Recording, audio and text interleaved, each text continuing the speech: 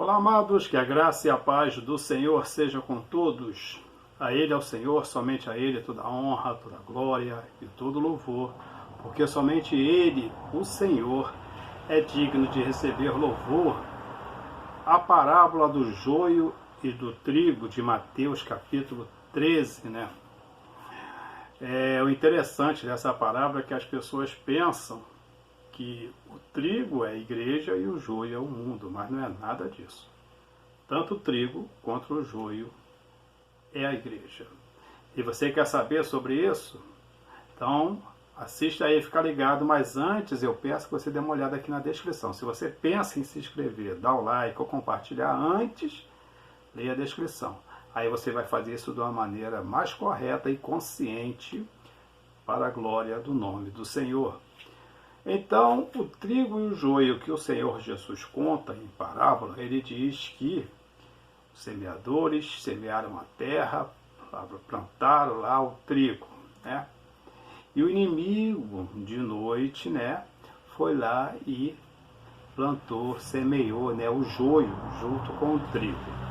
E os trabalhadores, então, percebendo que o trigo e o joio cresciam juntos, ele levou o fato ao seu senhor. E ele disse: Senhor, não plantamos nós trigo, mas como é que tem também joio crescendo junto com o trigo? Aí o Senhor disse: foi o inimigo que fez isso. E de noite ele foi lá e plantou o joio. Aí os empregados dizem, esse é o Senhor Jesus contando, né? Não é bem as palavras assim, mas você vai ver que é assim, que é para economizar um pouco mais de tempo. Então, aquele Senhor diz para seus empregados e diz que foi o inimigo que foi lá e semeou o trigo, o joio junto com o trigo. Então ele diz: o Senhor quer que nós arranquemos, olha a coisa interessante, quer que nós arranquemos o joio e lancemos fora, queimamos? Ele fala: não. O Senhor disse: não, espera crescer os dois juntos. Quando chegar na época da colheita, aí o que nós fazemos? Nós separamos o trigo e colocamos nos celeiros, e o joio nós queimamos e lançamos fora. Então, o que o Senhor Jesus está dizendo nessa parábola, ela é simples, mas é muito forte. Porque tanto o joio quanto o trigo é a igreja. Não tem nada de ímpio aqui. É joio e trigo.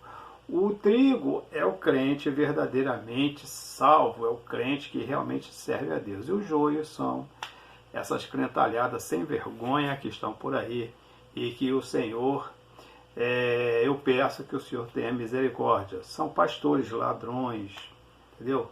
São falsos obreiros, são cantores milionários, entendeu? São pessoas enganando outras dentro da igreja. Tem pessoa que vai para a igreja porque diz que lá tem muita mulher solteira, tem muito homem solteiro. São pessoas que vai não para o evangelho, mas vai para a igreja buscar bênçãos materiais, coisas para enriquecer a sua vida e saciar a sua alma, coisas desse mundo. Todas essas pessoas são joio. E o crente é aquele que serve a Deus e anda firme em oração e na doutrina do Senhor Jesus. Então, quando o evangelho ele é semeado, ou seja, quando Jesus inaugura a igreja, Satanás também vai inaugurar o joio. Se você for olhar lá em Atos capítulo 1, já tinha joio brotando já naquela época. Já tinha joio brotando. Paulo fala muito a respeito dos falsos irmãos, dos falsos profetas, tudo joio. E aqueles senhores disseram: mas não queres tu, Senhor, que nós arranquemos o joio? Se nós pararmos para pensar, seria até legal. Se, por exemplo, se uma pessoa viesse falsamente congregar em uma igreja, falsamente, ou seja, sendo um joio dentro da igreja, se Deus eliminasse logo elas. Tem gente que até pede que isso aconteça, né? Porque tem crente que não é brincadeira não. Isso acontece. Então se o Senhor elimina, mata uma pessoa assim, o que pode acontecer? Ele falou: não.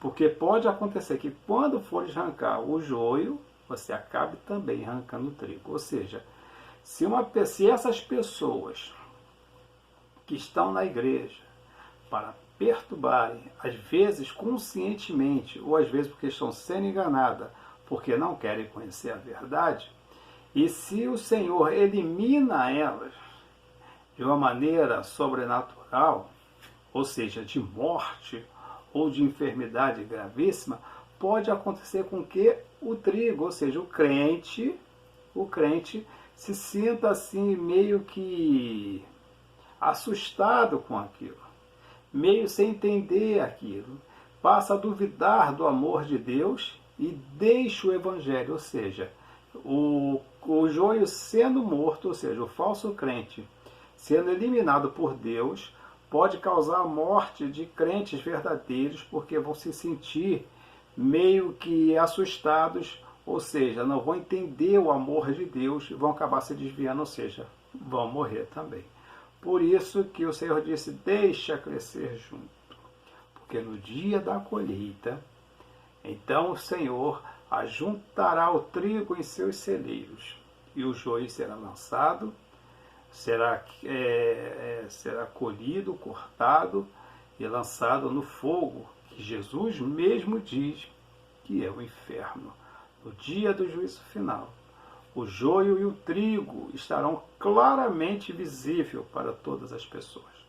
Hoje podemos ver isso, com uma visão espiritual de Deus em nós. Mas naquele dia, o joio e o trigo será totalmente distinto um dos outros. Assim como bodes e ovelhas, como crentes verdadeiros e crentes sem vergonha, como a noiva de Cristo, os prudentes de Cristo, como as loucas, ou seja, os crentes imprudentes, tudo estará revelado naquele dia. Então não devemos nos preocupar com o joio, mas tome cuidado, porque ele pode contaminar você. O joio é parecido com o crente.